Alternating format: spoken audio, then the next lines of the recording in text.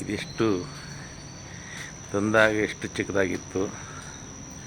ಸುಮಾರು 6-7 ವರ್ಷಗಳಲ್ಲಿ ಈ ಕ್ಯಾಕ್ಟಸ್ ಸುಮಾರು 9 ಅಡಿ ಹತ್ತಿರ ಎತ್ತರಕ್ಕೆ ಬೆಳೆದಿದೆ. ಅದರ ಕಾಂಡಗಳು ಬಲಿಷ್ಠವಾಗಿದೆ.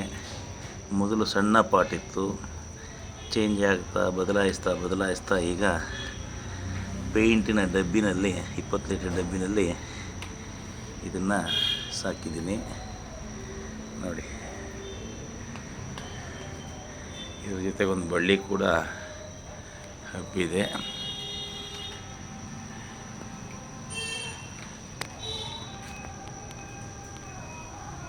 ಇನ್ನೂ ಎತ್ತರಕ್ಕೆ ಹೋಗ್ಬೋದು.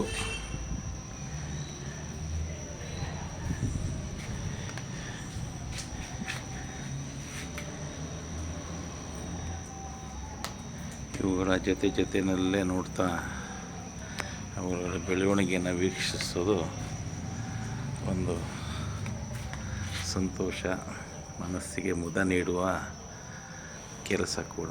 ಬೆಳಗಿನ ವಾಕಿಂಗ್ ಜೊತೆಗೆ ನನ್ನ ಮತ್ತು ಶಂಭುರಾಮನ ಈ ಕೆಲಸ